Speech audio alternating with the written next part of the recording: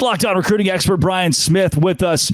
The West Virginia Mountaineers impressed me a whole lot last year by winning 9 games, Brian. And they're one of the schools that I wanted to pick on because we haven't in a while when it comes to recruiting. To begin this conversation, there is not a single 4-star player in the state of West Virginia in the class of 2024. There is not a single nationally ranked player, according to 24/7, in that class. And a few of those kids, just 3 from the state, are going to West Virginia. Brian, if you had 4 classes of 3 guys, that makes up 12 players. You could barely foot one side of the ball. How do the West Virginia Mountaineers stay relevant in college football from a recruiting standpoint when things are so bleak in that state, high school wise? It's a miracle. It's a miracle. I mean, seriously, The following is a factual statement.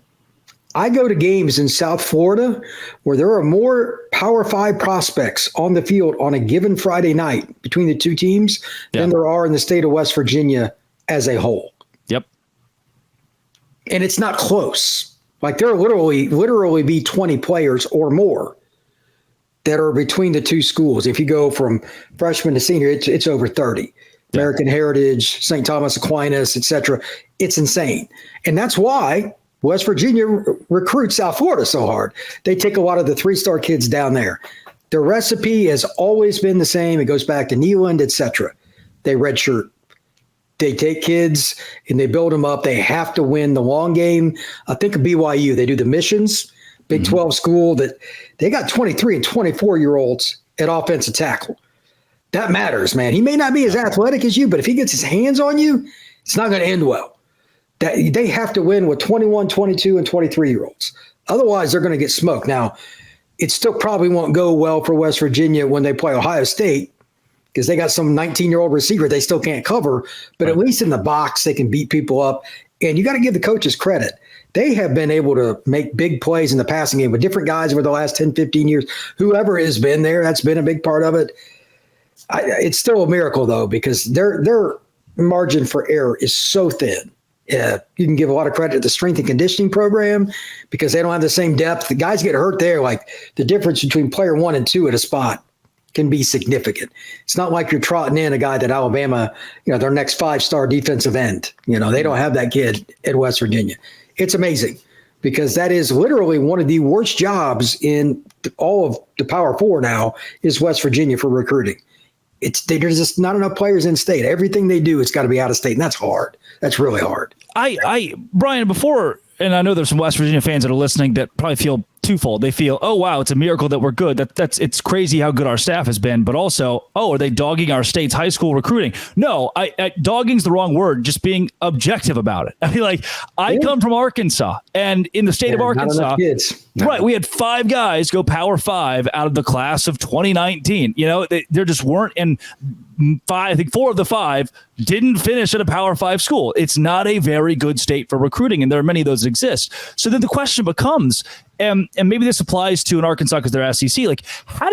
What's the draw if you're in a state where recruiting is not ripe?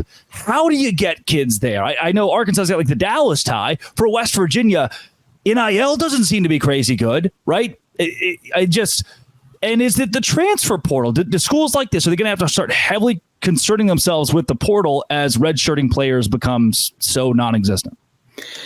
I don't know another path. Because kids are not very patient. Yep. Especially linemen, though. They're a little more like offensive linemen. They can do that a little bit.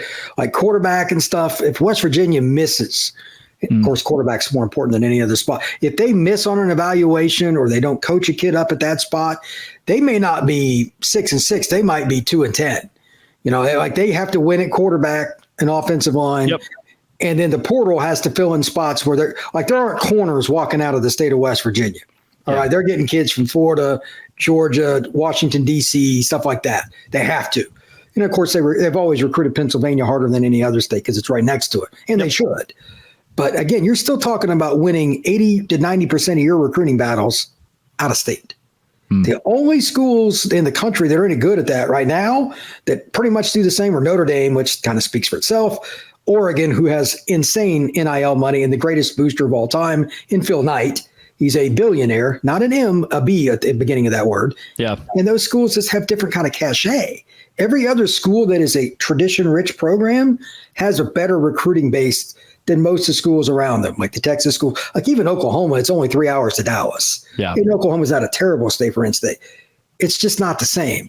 Location is the biggest factor for who wins because recruiting is your biggest thing, and it's easier just to get the local kid. So I don't know how they do it at West Virginia, but they've always had periods where they went up. It's really a fascinating study. And this is something I've wondered for so long. I'm so glad that I have you here to ask. Is the era of kids who grew up, I mean, I'm looking at at Georgia right now, the class that they just brought in. I can guarantee you 90% of those kids, when they were 5 years old, were wearing a different shirt. They were wearing a UT shirt or an Oklahoma or a Kansas State or, any given. Have we left the era of kid grows up as a fan of the school and then attends that school? Or were we ever really in that era when it comes to recruiting? When I was a little kid, we were, but that's when just about all the guys stayed local. Now, because of NIL, I talk to kids and it's always off the record stuff. Yeah. They're offering too much money over here for me to bypass. Yep. And you know what?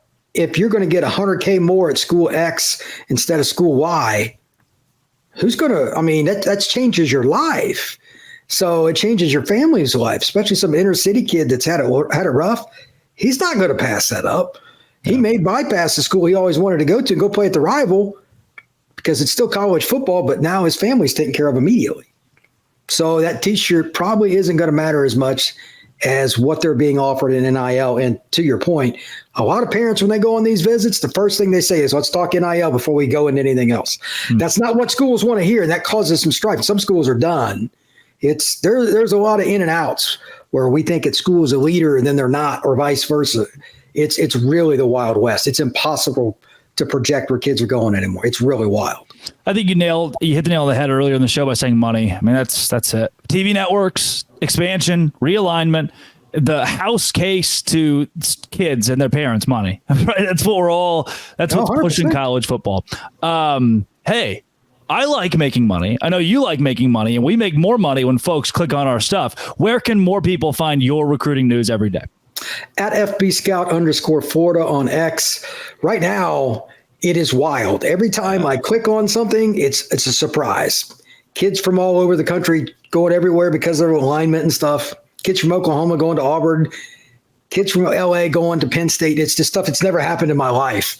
It is wild, but I like to cover it. So you can find me on X. And if there's one guy who's going to put it all in a concise place, it's Brian Smith. Thanks to LinkedIn Talent Solutions for bringing him on today. This has been, it always will be. Hey, you come back on Friday. We got even more for you in expansion, realignment, and recruiting, the transfer portal specifically. All this offseason on Locked On. Thanks for making it your first listen every single day. Dose Grande.